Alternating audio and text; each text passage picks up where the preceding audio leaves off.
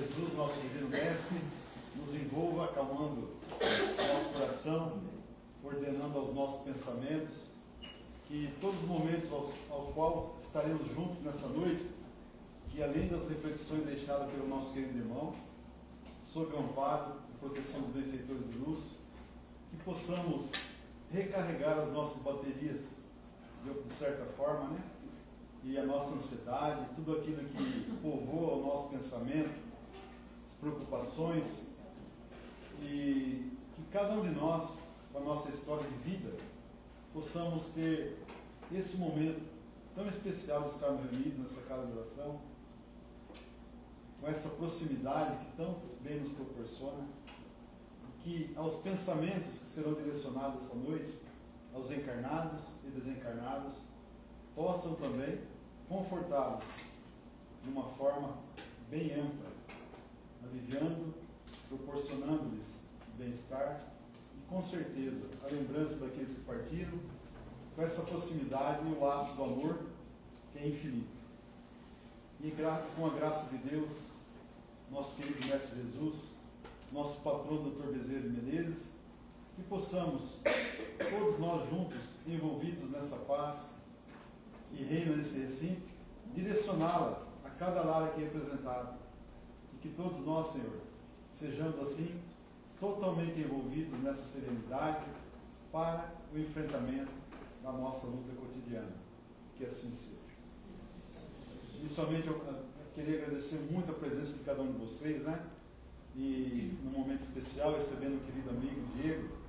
E certamente, isso que nos move, e essa mola propulsora, vamos dizer, da doutrina, onde o abraço amigo, onde esse ombro que a gente pode encostar, derramar as nossas lágrimas, mas principalmente receber todo o conforto, todo o consolo, e principalmente na área que o Diego está trabalhando com afinco, através das cartas consoladoras, né?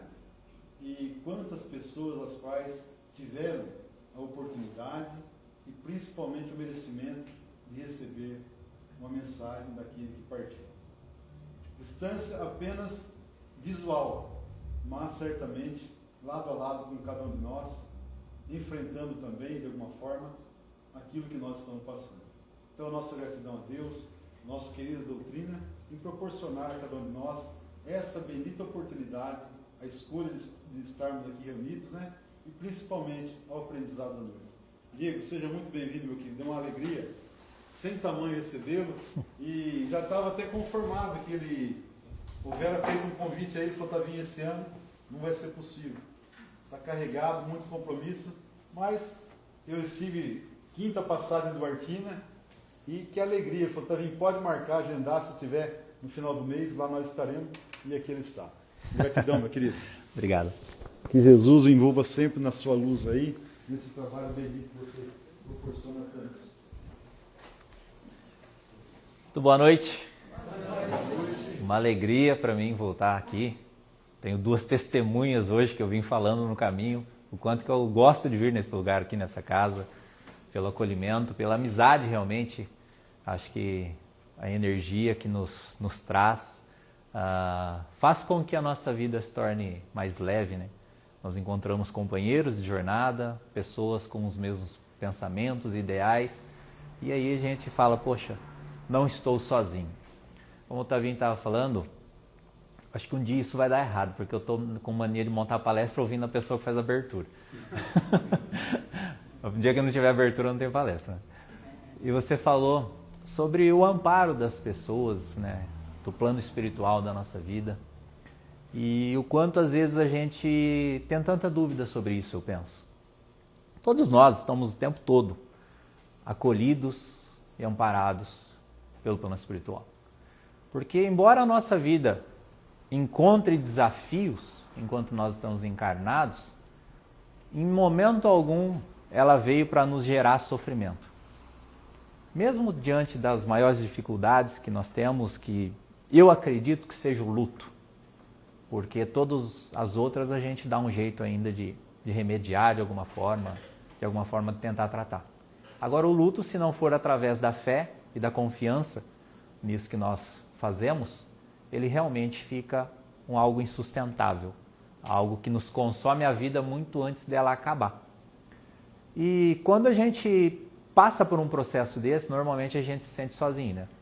É muito comum ver que as pessoas acreditam ou se sentem abandonadas por Deus no momento que ela mais precisa de Deus. Quando tem ainda um preparo, vamos dizer assim, com uma doença, algum processo onde você acompanha a pessoa ali, nós vamos aonde? No apelo a Deus. Não é nem pela fé, é mais pelo desespero. E às vezes não somos ouvidos. E acontece dessa pessoa retornar ao mundo espiritual antes de nós, e aí nós questionamos. Deus não me ouviu. Estava abandonado, estava sozinho. São muitos questionamentos que acabam por nos fazer falhar. Viver numa tristeza, um sofrimento, que se realmente nós tivéssemos uma fé de confiança e convicção de que nós não estamos sozinhos, que nós não somos seres materiais, que nós somos seres espirituais, tudo isso se tornaria mais leve. Só que enquanto estamos encarnados é difícil ter essa convicção, essa certeza, né? Porque a nossa vida é aqui, os nossos corpos estão aqui, nós precisamos deles. A saudade que nós temos é da parte física daquela pessoa. E por mais que às vezes a gente tenha certeza da continuidade da vida, tenha a plena convicção absoluta de que eles estão num plano mais elevados e melhor do que o nosso, nós sentimos ainda falta daquela presença dentro da nossa casa. E como o Tavinho estava falando, a doutrina, ela é, assim, acho que uma das coisas que eu, pelo menos na minha vida, encontrei assim, como as maravilhas divinas que nós temos acesso. Porque ela nos dá a orientação de uma maneira racional. Ela nos dá a orientação de uma maneira que o progresso científico vem demonstrando a sua verdade. E ela nos dá também uma orientação filosófica, espiritual, pelo qual nós possamos vivenciar, experimentar esse elo pátria espiritual e mundo terreno, enquanto nós estamos encarnados. Através da mediunidade, seja nossa, ou através da mediunidade de uma outra pessoa. Há sempre um intercâmbio entre os homens. E esse intercâmbio entre os homens, com o apoio da pátria espiritual, nos mostra que nós não estamos sozinhos. Eu estava recebendo uma obra essa semana e o espírito que narrava, contando a história do marido que ficou enquanto encarnado. E ela falava, eu vi a aflição dele, que ele se sentia abandonado pela igreja, pela religião, pela sua fé, por Deus, por tudo. Uma pessoa que estava lá, religiosamente, todo final de semana, na missa, cumpria com todas as obrigações dele, no dia que ele pediu algo para Deus, que era a cura da esposa, ele não recebeu. Então ele se achava injustiçado, porque ele ia no mercado, via um casal brigando, ele falava, eu nunca briguei com a minha esposa, por que Deus levou ela e não levou desses aí que não estão se entendendo? Então o que falta? Falta um conhecimento da realidade da vida que não é essa. Então essa distância que nós criamos com Deus faz parte do quê? Da nossa ausência de conhecimento. E quando alguém da nossa vida falta para nós, se adianta, na verdade, né, dentro da sua própria programação, muitas vezes ela não está nos levando mais próximo a Deus. Esses dias eu falei uma frase, repeti a semana toda essa frase, porque assim, ela foi muito pontual. Durante uma sessão, uma senhora que estava na sessão lá, uma jovem até, a filha, fazia 2 meses que tinha desencarnado, ela foi na sessão e ela falou, tá, mas o que eu faço com essa dor? Ela não entendia nada. E a Clara me sussurrou e eu falei para ela, a dor nesse momento é o que vai nos aproximar de Deus. Porque através da dor a gente vai em busca de um remédio. E Jesus falava que o Evangelho era um remédio para as pessoas que estavam doentes. E uma doença não só uma doença física, mas sim uma doença espiritual, uma doenças morais, que tantas nós temos. E estamos aqui para curá-las. Tanto que o adiantamento de uma pessoa dessa para o mundo espiritual faz a gente enxergar a vida aqui totalmente de uma maneira diferente. Tudo muda. Tudo troca de valor. Tudo, absolutamente tudo. O tempo é diferente, os gostos são diferentes, os prazeres são diferentes, tudo se torna diferente. Se a gente pudesse falar, olha, eu abro mão de tudo para ter mais um momento agora, todo mundo faria isso. E aí quando a gente para observar o que a doutrina pode nos oferecer, através disso, nós vemos que Deus está presente na nossa vida. E quando a gente entende, a vida é uma viagem, um trajeto. E se alguém está indo à nossa frente e faz a curva, né? Todo mundo já deve ter ouvido essa metáfora, sei lá como que se diz. Ela não saiu ainda do mesmo caminho que nós. Ela só está fora da nossa visão. Mas ainda está ali, num lugar onde eu não consigo vê-la. Mas eu sei que ela está ali. Se a gente conhecer, realmente confiar no trajeto, no caminho que nós estamos fazendo. Isso é muito importante. Então, a função da doutrina espírita, como ela se anuncia pelos próprios espíritas, como ela se anunciou por Jesus, por ser o Consolador prometido. Só que eu enxergo em muitos lugares, em muitas casas, que essa consolação ela se torna distante porque nós estamos criando hábitos religiosos demais para a doutrina espírita. E ela acaba saindo da sua função realmente, que é consolar. Porque nós criamos hábitos da palestra, só mudou o nome da missa para palestra. Trocamos a hóstia por água. As reuniões que nós fazemos de amparo à espiritualidade, reunião mediúnica, eu acredito que ela deveria hoje se trocar por uma reunião de contato com as pessoas. Porque existem muitos espíritos sofredores encarnados. Pessoas que desistem da vida, pessoas que passam pelo luto e não têm apoio na própria religião, não têm apoio na família, têm os próprios preconceitos, as dificuldades que têm. E a doutrina espírita tem tudo que essas pessoas precisam para se levantar, para olhar para a vida novamente e falar, olha, realmente, eu confio nisso e eu posso viver. E a pessoa que se adiantou a mim vai ficar feliz por ver eu vivendo. Então, falta muito isso entre nós espíritas, dessa busca do trabalho de consolação. Às vezes a gente vê centros que fazem 30 reuniões mediúnicas na semana e tem um dia de atendimento fraterno. Vê a diferença. Esses tempos eu ainda fiz um comentário, né? A Mari adora quando eu faço esses comentários. Eu falei, nós chegamos na doutrina através da curiosidade, através das mesas girantes. Que na verdade eram espíritos que se manifestavam ali e utilizavam das mesas para despertar a curiosidade daquelas pessoas que estavam observando aquilo. Por trás daquilo havia uma inteligência, uma consciência. Seres que viveram na Terra que continuavam vivos. Então despertou em Kardec algo mais, onde ele pôde fazer a codificação espírita. Depois entendemos a mediunidade como uma função, esse intercâmbio entre o plano espiritual e o plano físico. E congelamos ela dentro das salas de reunião mediúnica. Onde estamos ali, às vezes, as pessoas que mesmo trabalham, fazem, às vezes eu tenho dúvida se é ou não. Fica na incerteza se é ou não, pela repetição, por aquilo não fazer tanto sentido. Por quê? Porque passou-se o tempo do médium perder a curiosidade ou a insegurança que ele tem na comunicação dos espíritos. Porque se ele está ali fazendo aquilo, é porque a vida continua. Se aqueles espíritos, por um acaso, estão em algum tipo de sofrimento, é porque existe responsabilidade sobre as coisas que nós fazemos na nossa vida. O que eles querem nos dizer? Sejam responsáveis enquanto estiverem vivendo. E o que a gente faz?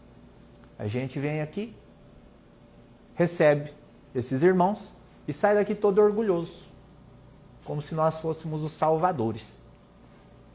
E aí não conseguimos nos relacionar dentro de casa, com o vizinho. Na casa espírita é fácil, que todo mundo vira santo. Sempre falo isso. Chegar aqui dentro, todo mundo, abracinho, beijinho, maravilha, né? Sorriso na cara. Passou do portão para fora, já começa o falatório. E a casa espírita é só um treino para a nossa vida. O espiritismo, a doutrina espírita, ela é uma orientação para a nossa vida. Para quê? Para que a gente não fique sofrendo. Dentro do Evangelho segundo o Espiritismo existe uma frase, a dor, muitas vezes, ela é obrigatória. O sofrimento, ele é opcional. E eu sempre falei isso, o sofrimento até certo ponto ele é opcional.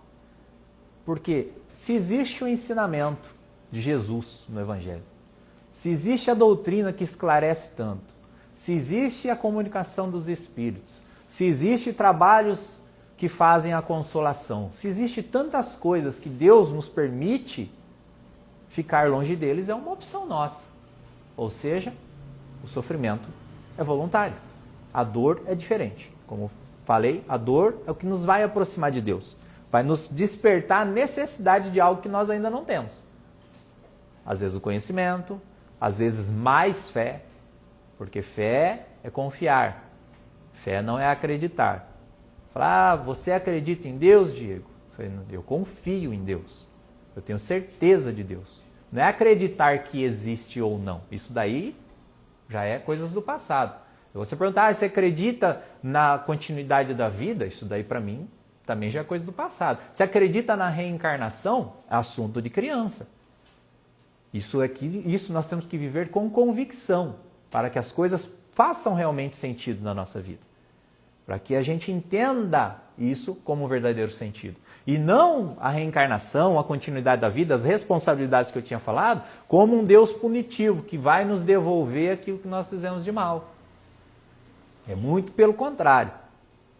Deus vai nos dar possibilidades de vivenciarmos novamente tudo para que a gente possa acertar. Se der errado, não é culpa de Deus. É que novamente nós voltamos a escolher errado. E a bondade de Deus permite que isso se estenda por várias e várias vezes, até a gente conseguir chegar a esse ponto. Porque quando eu falo, olha, Jesus falava, né? Vós sois deuses, poderei fazer o que eu faço e muitas coisas mais. No Livro dos Espíritos, questão 909, dá para a gente chegar à perfeição numa única existência? Resposta, sim. E piora, né? Eles não ficaram contentes só de falar sim. Eles falam com muito pouco esforço. Eu falei, meu Deus! Eu quase me mato, gente. E não dou conta. E ele fala que é com muito pouco esforço. Esforço do quê? Vencer suas más tendências. Chico não parecia fazer esforço nenhum. Ele só trabalhava, né? Madre Teresa, Irmã Dulce, Gandhi. Tantas pessoas parece que só fizeram, sem esforço. Tinha esforço do trabalho, do exercício, mas era natural deles, né? Por quê? Porque não tinha má tendência para vencer. Agora eu tenho um monte. Por isso que é dolorido. E agora eu vou acreditar que eu vou conseguir vencer todas elas em uma única existência? Não. Então eu enxergo a bondade de Deus comigo na pluralidade das existências, na reencarnação, nas vidas futuras. E se a vida continua, para um dia ela poder retornar, é porque ela tem que estar guardada em algum lugar, né? Porque nós acreditamos, durante muito tempo, que a continuidade da vida ela se resume a um céu ou um inferno. Só que, penso eu, uma das grandes dificuldades que eu tive na vida, a princípio, era entender esse tal desse inferno. Porque eu tinha certeza que lá tinha o meu nome na lista de espera já. Pela mediunidade, pelo que eu ouvia e tudo mais, eu falei, é para lá que eu vou, né? É lá que eu estarei. Então, eu tive que entender o que era esse tal desse inferno. E depois, estudando a doutrina, que vem, nos esclarece e fala que não existe nem céu nem inferno, né? Não há lugares circunscritos no universo. Existem mundos como o nosso, porém eles são habitados através da frequência da pessoa. Tudo é aquilo que a mente produz, né? Nós cocriamos o nosso céu ou o nosso inferno. Existem pessoas que vivem tanto o céu quanto o inferno encarnados. E é o mesmo lugar que existe uma pessoa feliz, do lado tem uma pessoa em depressão. Então você vê que é a consciência da pessoa. E eu tentando entender esse raio desse inferno, porque falei, como que pode? Uma questão do Livro dos Espíritos me esclareceu de uma maneira assim, ampla. E também uma palavra de Jesus, porque Jesus fala, o filho que pede o pão, o pai não dá uma pedra. Ao que pede o peixe, o pai não dá uma serpente. Falando de nós que somos pais imperfeitos. Ele fala, imagine Deus que é perfeito, se faria isso aos vossos filhos. Então, pense nós. Temos filhos ou temos alguém que nós cuidamos na nossa vida. Se ele erra por algum motivo, a ingenuidade de uma criança, vai e erra, faz alguma coisa.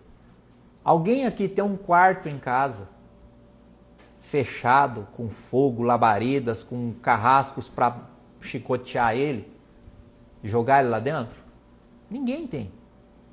Por que que Deus teria? Então veja que a continuidade da vida, ela é a extensão do amor que nós criamos aqui. Todo o resto, toda a responsabilidade, são os pesares que são o mesmo peso da consciência da hora que a gente põe a cabeça no travesseiro. Então Deus não castiga. Deus não pune. Deus só ama e nos dá oportunidades. Como eu falei, você joga um filho no quarto lá? Não, se um filho rasga a roupa, o que você faz? Você vai arrumar outra roupa para ele. Ou você vai matar ele? Não vai. Então, esses entendimentos que a doutrina nos traz, ela vai nos esclarecendo coisas que faz a gente confiar. Porque quando bate a saudade, né, como a gente estava falando, essa ausência, esse luto, o que vai nos fazer ter paz? Só saber que a pessoa existe? Só saber que existe um céu? Só saber que Deus é bom? Saber que ela realmente vai estar em um lugar de acolhimento, um lugar de amor. Nós passamos pela vida material para ter expiações, para termos provas, para termos um exercício que nós escolhemos, né? Capítulo 5 do Evangelho, quando fala lá das questões das escolhas, ele fala, enquanto estamos no plano espiritual, somos muito corajosos de escalar as nossas provações enquanto encarnados. Aí a hora que a gente vem aqui realmente para cumprir, é igual assim, vai ter uma maratona aqui em Pongaí, 42 quilômetros para correr. Todo mundo vai se inscrever. Todo mundo, vamos correr, né? E aí? Quem vai conseguir terminar essa maratona? A coragem de ir lá e fazer a inscrição é uma coisa. Vir aqui cumprir com o trajeto é outra história. Da mesma maneira, o que nós planejamos antes de encarnar. Acreditamos estarmos prontos e disponíveis para tudo. Só que aí chega aqui na hora de exercitar a fé, na hora de fazer o quê? Vencer as más tendências nossas. E muitas vezes as más tendências nossas pode ser a preguiça, pode ser a soberba, pode ser a ganância, pode ser um monte de coisa que vai nos desviar do caminho. E essa pessoa que se encorajou antes de nós, sabendo que a gente não teria capacidade de ir sozinho, vamos dizer assim, que foi ali, vou ali na frente para te estender a mão. Você segura. É onde que a gente não consegue confiar. Só pelo fato de não ver. Só pelo fato de não ter fisicamente. Então, é fácil? Não é fácil. Porque se fosse fácil, a gente não precisaria nem passar. Era só resolver por si só. Mas exige de nós, muitas vezes, aquilo que nos falta. Por isso que parece ser tão difícil. Então não basta só sermos pessoas boas, porque a gente fala, se eu sou tão bom, não faço mal para ninguém, e coisas ruins me acontecem. Enquanto a gente vê tanta gente porcaria por aí, parece que está tudo certo na vida deles. Fala, por que a minha vida não prospera se eu não faço mal para ninguém, e a vida de pessoas que estão fazendo mal, está tudo dando certo? É foto para todo lado viajando, troca de carro e está tudo fluindo, né? Por quê? Porque a gente está vendo só essas questões materiais e a construção espiritual que há dentro de cada um, né? No final, segundo Jesus, é cada um segundo as suas obras, né? Então nós precisamos focar naquilo que nós estamos construindo dentro de nós. Focar no que a nossa vida está exigindo de nós. Porque tudo que nós temos dificuldade é aquilo que nos falta.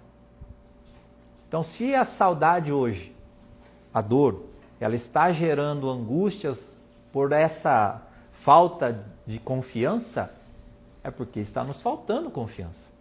É óbvio, é assim, é simples de falar nas palavras e difícil de executar na vida. Mas são coisas que nós precisamos prestar atenção. Muitas vezes, ou quase todas, a grande dificuldade que a gente tem de exercitar a nossa fé é o modelo que ela segue.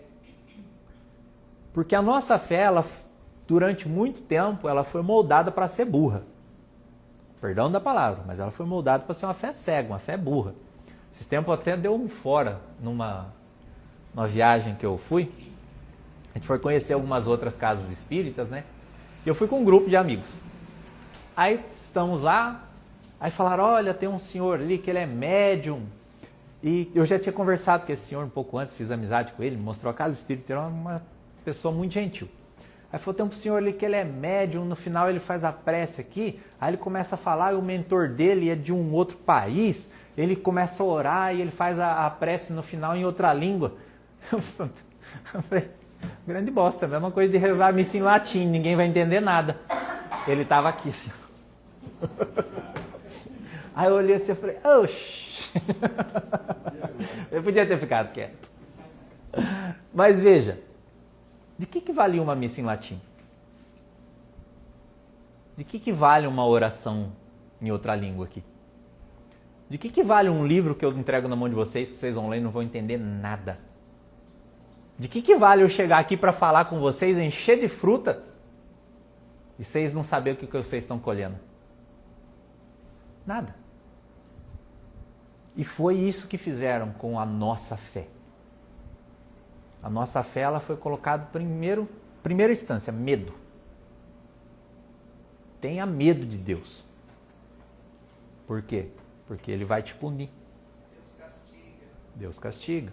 Não faz isso que Deus castiga. Eu pensava, mas nem vou ver Deus, já vou para o inferno, então não preciso me preocupar, já está certo. Mas nós somos criados nisso.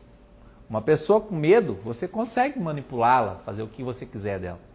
E aí, com esses tempos atrás, falei numa outra fala, o quanto a nossa fé foi burra. Como que faz sentido um Deus, um Pai, Criador de amor, Jesus só anunciou amor vindo na parte divina.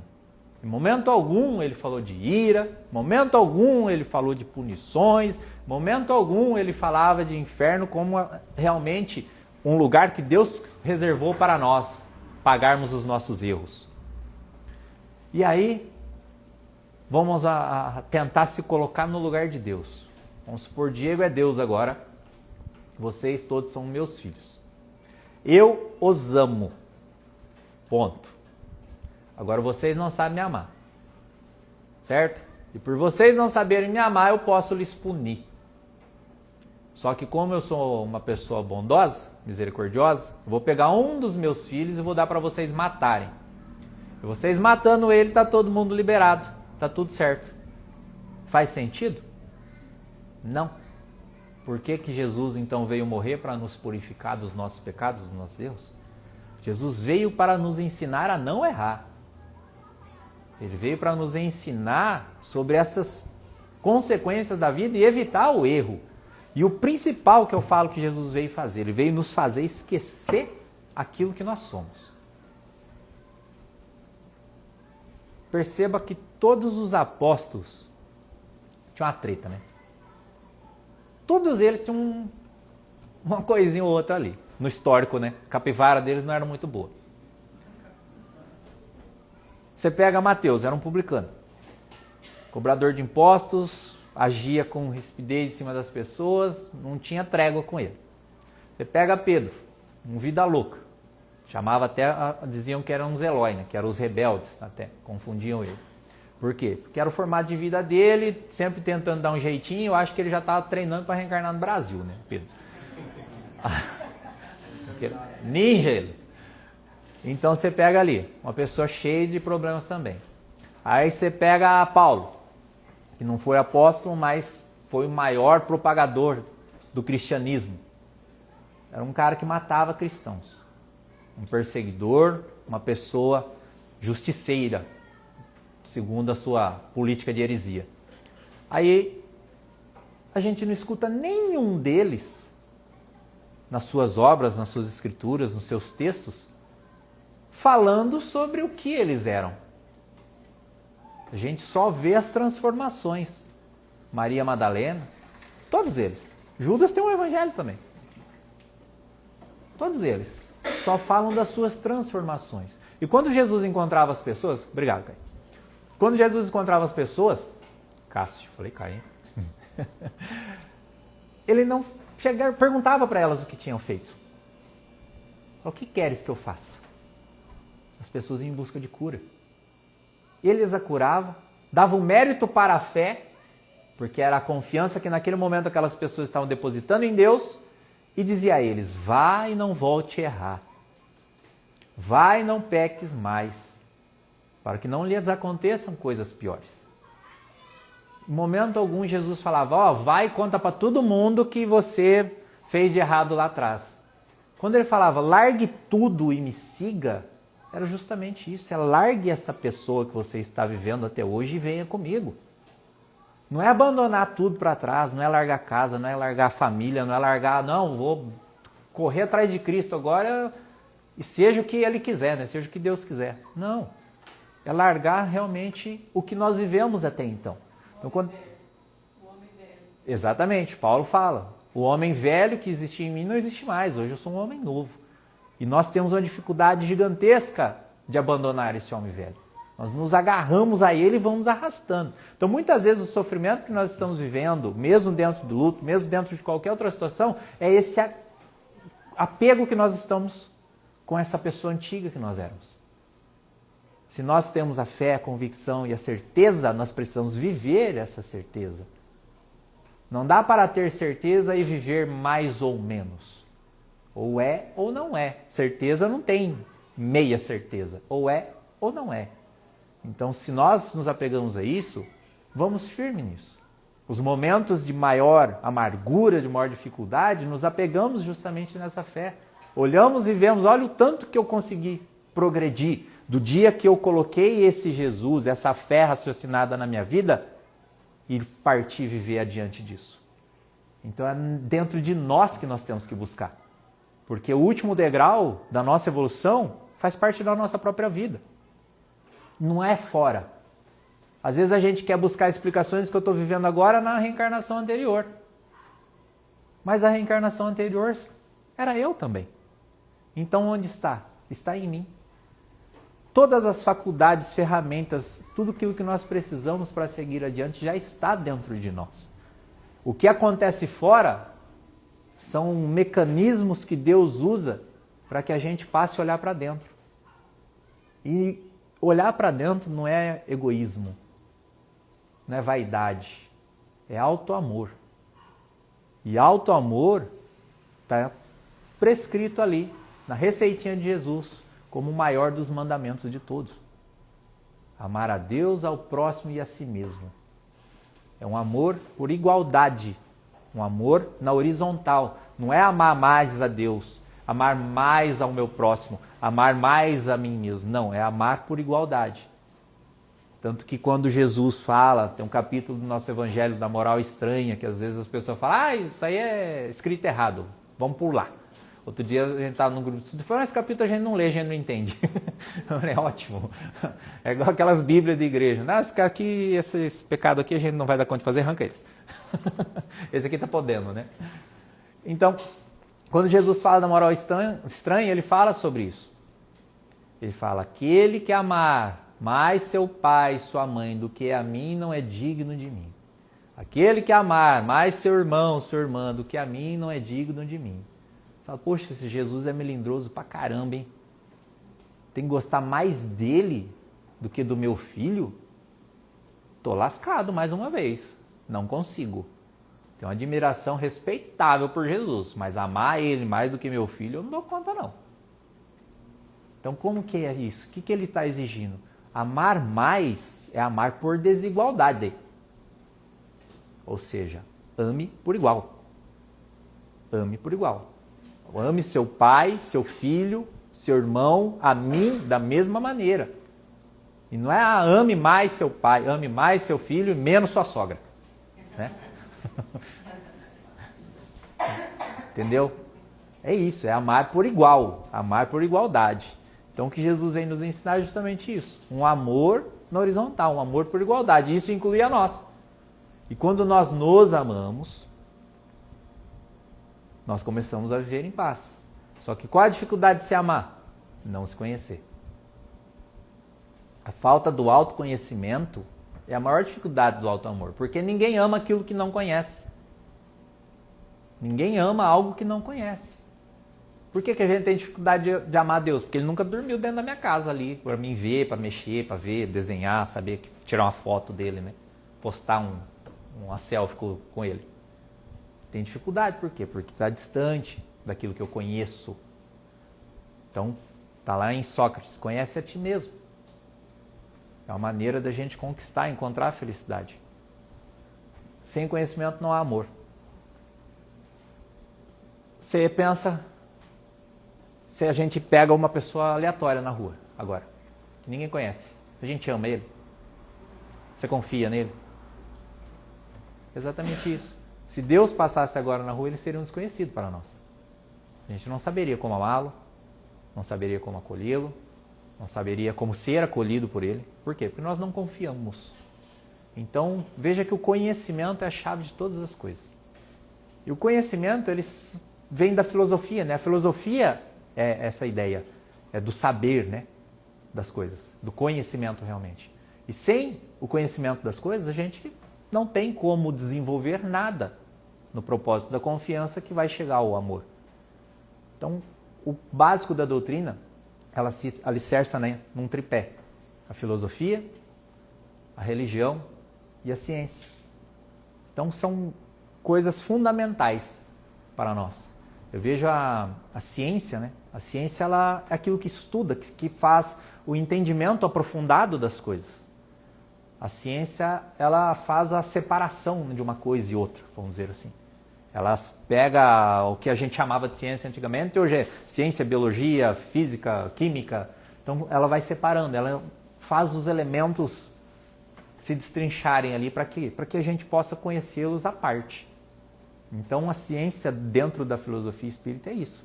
Ela destrincha a religião, ela destrincha o conhecimento, a mediunidade, ela estuda tudo de partes fracionadas para que a gente consiga observar melhor. A filosofia, a gente pensa no filósofo, a gente pensa sempre da inteligência das pessoas, né?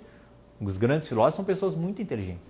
E inteligência vem dessa parte do conhecimento, de saber ali discernir sobre as coisas. Assim, ó, se eu tenho inteligência, eu não vou escolher coisa errada, não vou escolher coisa ruim. Se a ciência separa, me dá o bem e o mal aqui na minha frente, a inteligência vai me fazer o quê? Saber o que é melhor para mim. E a religião é justamente isso, o que mostra para mim o que é o bem e o que é o mal. Então veja a filosofia espírita, o quanto ela nos ilumina o caminho da nossa vida para que a gente possa ter o quê? Melhores escolhas. Saber usar aquilo que Deus como a maior divindade da vida, o livre-arbítrio. Eu gosto de brincar que o livre-arbítrio é uma coisa que deveria ser facultativo, né? E eu, particularmente, não sei usar o meu. Só dá coisa ruim. Então, acho que a gente podia escolher. Falar, dessa vez eu quero ir sem, né? Eu quero só dentro do barco, não quero dirigir, não. Mas não dá. Por quê? Porque nós somos responsáveis pelas nossas escolhas e, futuramente, responsáveis pelos frutos dessas escolhas. Só que a gente, dentro da doutrina, como eu falei, ela vem se tornando algo tão religioso que ela pegou a lei de causa e efeito e está fazendo Deus se tornar novamente um justiceiro. Fazendo novamente Deus se tornar um pai que pune as pessoas. E não que ama, que dá oportunidades, que dá milhares de chances. A gente vê aqui entre nós, né? Às vezes pais que passam com tantas dificuldades com seus filhos, filhos que se envolvem com crime, com droga, com tantas coisas negativas, e a gente vê que os pais estão ali. Sempre são as pessoas que acreditam, né? É só você ir na porta do presídio aqui no dia de visita. Vai lá nos primeiros meses, vai estar cheio de gente. A partir do 3º, 4º, 5º ano ali, você só vai ver a mãe lá. Por quê? Porque a mãe acredita. Ela não abandona o filho.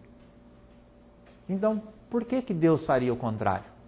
Vendo que a gente erra, nós somos delinquentes diante da lei moral. Nós já estamos aqui meio seguros dentro da lei humana. Agora, se a gente for pegar dentro da lei divina, nós somos verdadeiros delinquentes. Nós não conseguimos cumprir ela com o rigor que ela nos exige, ao ponto de não sofrermos consequências sobre isso. Outro dia eu usei um exemplo. Falei, eu fui chegar numa casa espírita, tinha uma vaga de cadeirante, bem na porta, assim, da casa espírita. Aí eu tinha que descarregar os livros, estava chovendo. Eu fui parar o carro ali, eu pensei, rapidinho, né? Aí tinha uma outra vaga um pouco mais para cima. Eu falei, já vou parar lá na outra, paro e desço e não uso essa vaga. E ali já me deu mais uma palestra. Porque eu fiquei pensando, quantas vezes a gente pega e pensa, fala, é rapidinho, não dá nada, vai e faz. Não tem uma lei que diz que naquela vaga só pode parar pessoas portadoras de deficiência? Nessa lei não tem nada escrito embaixo dela. Pode parar rapidinho para descarregar livro. Se tiver chovendo, pode usar. Não, é vaga para deficiente físico.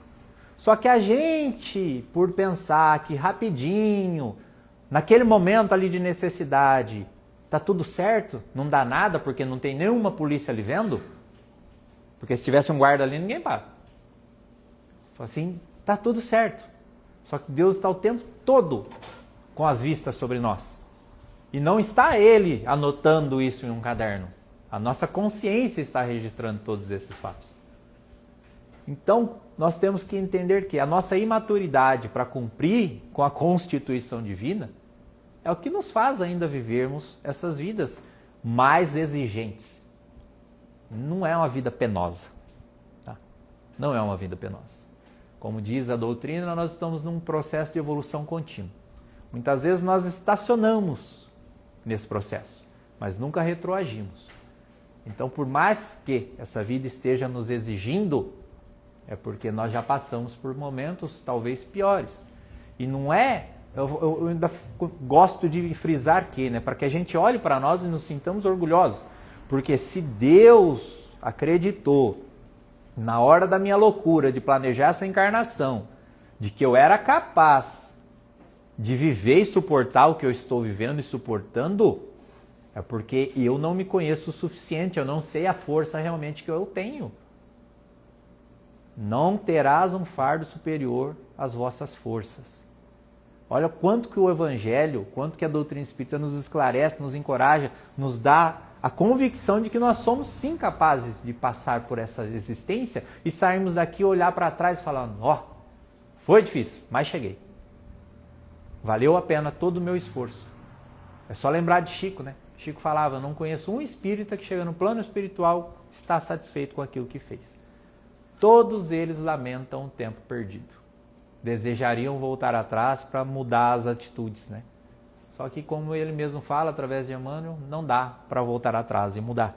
Mas dá para começar agora e terminar diferente. E quem que falou isso o tempo todo? Jesus. Vá e não volte a errar. Deixe esse homem velho para trás. Então, para nós, quando tivermos difícil, um dia, uma semana, um momento, eu falo isso não é para dar sermão, porque direto quem me acompanha sabe que eu estou lascado. Tem uns momentos de crise, minha terapeuta sofre comigo. Terapeuta, psiquiatra, tá todo mundo lá, rodeado lá, por quê? Para que eu entenda dentro de mim o que eu sou realmente. E possa viver isso com verdade. Não só em palavras, não só em palestra. Eu falo, vim aqui estudar um texto e falar é muito fácil, gente. Agora, vim aqui falar e se sentenciar para fazer é diferente. Então, tudo aquilo que nós falamos, tudo aquilo que nós escrevemos é uma sentença para a própria vida. Nós estamos ali colocando no nosso futuro, falar, você não falou sobre isso? Por que não cumpriu? Exigir dos outros e não fazer era hipocrisia, que era o que Jesus mais batia nos fariseus.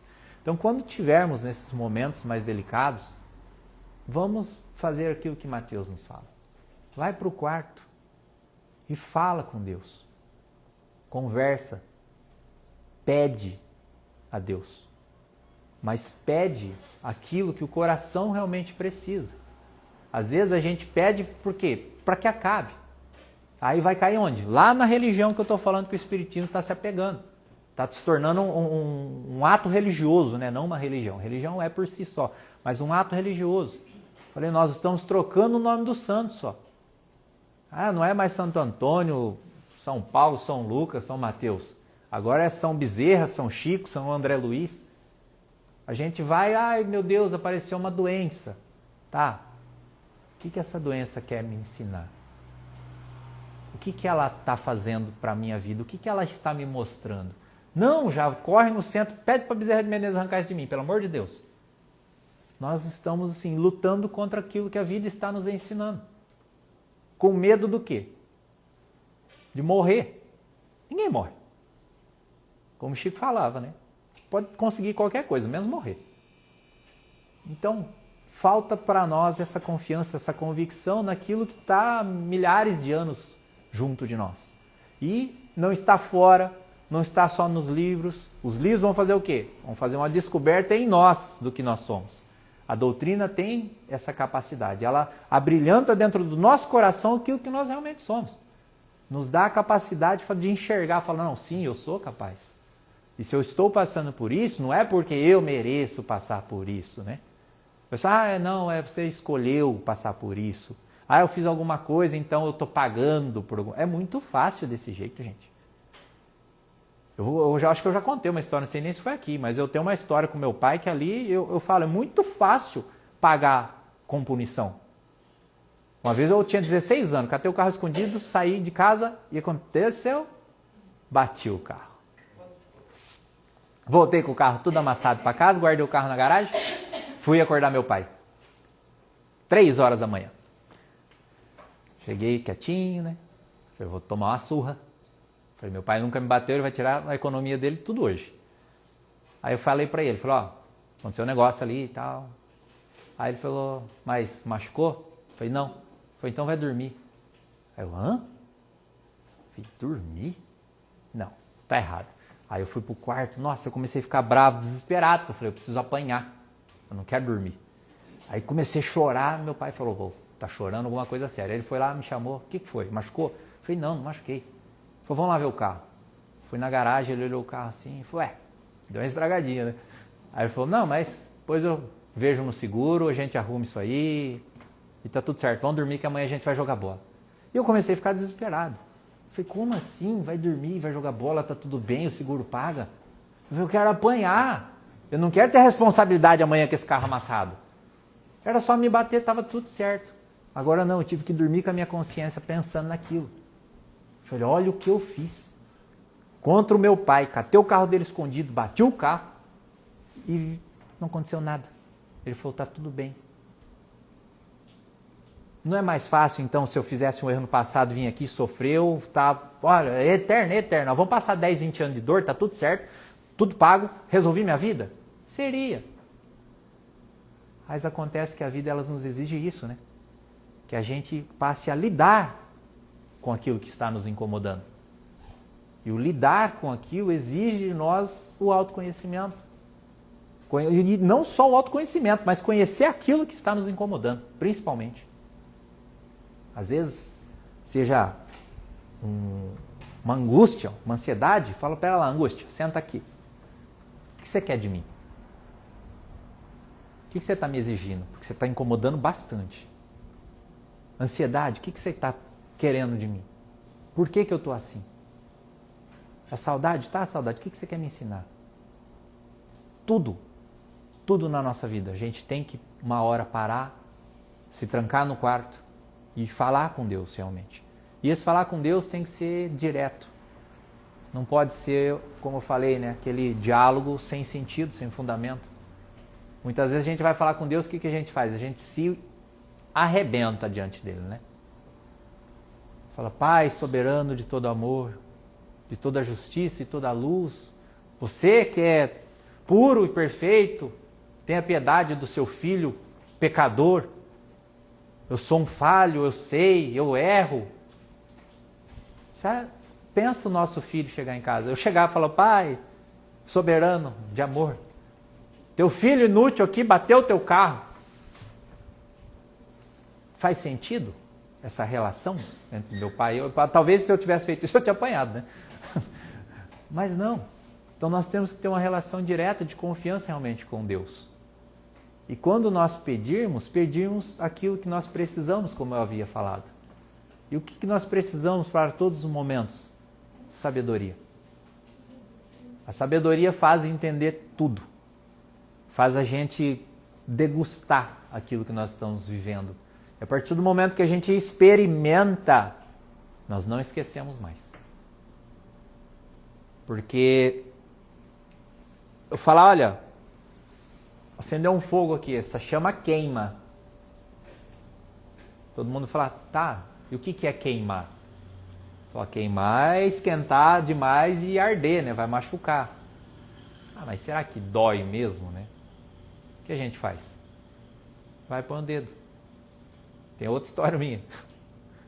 Minha mãe estava derretendo um chocolate para fazer uma calda de bolo no fogão. E eu vendo aquele chocolatão lá, eu falei para ela, nossa, eu quero comer. Ela falou, não mexe que tá quente. Eu, só deu para ouvir o grito, né? Uma bolha desse tamanho no dedo, porque eu mergulhei o dedo no chocolate que eu queria comer. E ela falou, queima. E eu descobri que queimava realmente. Ali eu saboreei o que é queimar. Nunca mais esqueci. Eu como bolo hoje só depois de 3 dias dentro da geladeira. Veja como a gente aprende, né? Como a gente entende as coisas experimentando, vivenciando. Eu digo que dentro desse trabalho que eu faço, falar para as pessoas, olha, não sofra, não chore, vai, tá tudo bem. Com qual propriedade eu tenho para falar isso para alguém? Eu perdi meus avós e meus cachorros. Qual propriedade que eu tenho para chegar numa mãe e falar para ela aqui essas palavras? Nenhuma. Por quê? Porque eu não experimentei, talvez nessa vida eu não experimentei o que elas estão vivendo. Mas eu experimento outras coisas dentro da mediunidade, inclusive a transformação da vida dessas pessoas que participam desse trabalho, que ali me fazem confiar em tudo que está acontecendo ali. Então eu falo para ela, olha, vamos confiar em Deus. Por mais que esteja com raiva dele hoje. Mas vamos acreditar no tempo. O Emmanuel tinha uma frase que é fantástica. Ele falava, existem 2 remédios para todas as coisas. A primeira dose, os primeiros 50%, chama-se fé. E o outro, o tempo. A partir do momento que a gente tem fé, a gente começa a confiar e entrega a Deus. O resto do tempo dá jeito em tudo. Seja nessa encarnação, seja na extensão dela na vida futura, mas o mais importante é que nós sempre estaremos ligados ao que nós amamos. E a partir do momento que a gente entender o que Jesus falou, não amar mais, mas amar igual a todos, nós estaremos ligados a Deus, porque Deus é sempre a soma de tudo. Cada centelha sua na Terra, que somos nós, é uma partícula que vai fazer com que a gente, enquanto aqui encarnados, buscando o encontrar, sinta a presença dele o tempo todo. Porque ele está em tudo. E muitas vezes a gente está buscando em um lugar isolado, materializado, como fomos educados a procurá-lo, né? Mas a doutrina, graças a Deus, ela nos esclarece ao ponto de entender que dentro mesmo das dificuldades, ali está Deus. E principalmente nelas, né? Principalmente nelas. Quando Jesus fala na parábola das suas ovelhas, ele pergunta, né, aos pastores, se tem um rebanho com 100 ovelhas e uma foge, o que você faz? Fala, eu deixo aquelas 99 ali e vou atrás daquela que se desertou. Eu falei, e quando a encontra, o que você faz? Coloco ela sobre os meus ombros e comemoro, faço festa, sei lá. Fala, veja, há mais festa no céu com Deus para aquele filho que encontra a rendição e vá de encontro ao Pai, do que a todos aqueles ali que estavam simplesmente mornos. Então, nós precisamos encontrar essa felicidade nisso, nessa busca que nós temos de Deus. E entendermos que, nesse momento, talvez nós não estamos nesse grupinho das 99. A gente pode ser essa uma, né, que está um pouco distante do nosso pastor, que seria aquele que nos cuida. Demos nosso horário, doutor? Tudo bem, eu tô aqui, eu fico aqui até secar o arroz, né? Bateria ainda tem bastante aqui. Ficou alguma dúvida, pessoal? Alguém gostaria de fazer alguma pergunta? Fique à vontade. Mesmo fora do assunto. Outra vez a gente começou a abrir perguntas, ficamos 2h30 falando, né? 3 horas. 3 horas. Então, todo mundo ficou com medo agora que eu falei do tempo, né? Todo mundo querendo ir embora. Aproveito a oportunidade que eu falei inicialmente. Eu também só ano que vem nos agraciou com a presença hoje. Que bênção. Mas estarei aqui também, tá? Se quiserem perguntar depois, a gente bate um papo sem problema nenhum. Tudo bem? Agradeço a presença de todos vocês, de coração realmente. Espero que essas palavras possam fazer algum sentido às vossas vidas, assim como busco fazer para a minha também, que elas nos fortaleçam, nos tragam confiança em Deus, em nós, para que a gente não se sinta sozinho ou desamparado, mas sempre muito bem acompanhado, não só das questões espirituais, da questão divina, mas também da questão humana, sabendo que dentro dos nossos poucos anos, né, que nós passamos encarnados, existem muitas pessoas que estão vivenciando aflições, talvez muito mais devastadoras do que as nossas, e isso também não é motivo para que a gente sinta-se bem quando nós olhamos e vemos alguém que está pior, né? Mas sim que manifeste em nós o desejo, a compaixão de ajudar de alguma maneira. Se a gente não consegue ajudar no amparo material, por distância, por impossibilidade que seja, que a gente consiga através do amparo espiritual na nossa oração. A nossa prece é o maior presente que a gente pode oferecer a uma pessoa. Quando ela é feita de coração, quando ela é feita realmente nos nossos desígnios da alma, para que adentre o coração dessas pessoas que estão precisando, seja do que for. Seja de uma única palavra, de um único sorriso, um olhar, um silêncio que seja. Mas que tudo que a gente faça com amor seja acolhedor ao coração desses irmãos, para que eles confiem também no mesmo Deus que nos guia. Muita paz a todos, agradeço de coração por essa oportunidade e esperamos voltar. Dia 15 agora de novembro, estamos lá em Duartina com a nossa sessão de cartas, psicografia. Uma boa parte, eu sei que já conhece o nosso trabalho, mas fica o convite também. Jesus abençoe a todos.